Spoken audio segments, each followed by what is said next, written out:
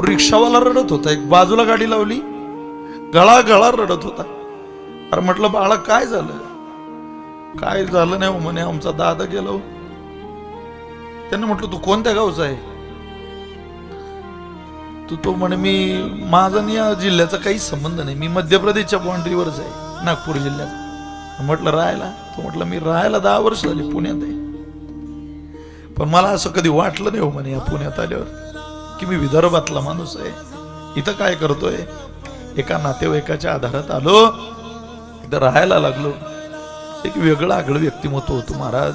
जनमानसांच्या डोळ्याला धारा लागतात एवढं असामान्य व्यक्तिमत्व महाराष्ट्राच्या मातीत तयार झालं.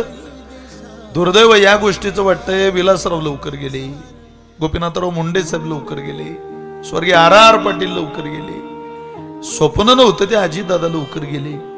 चाललंय काय काय कळत नाही. मोठा उघड आहे, मोठी माणसं मोठी असतात.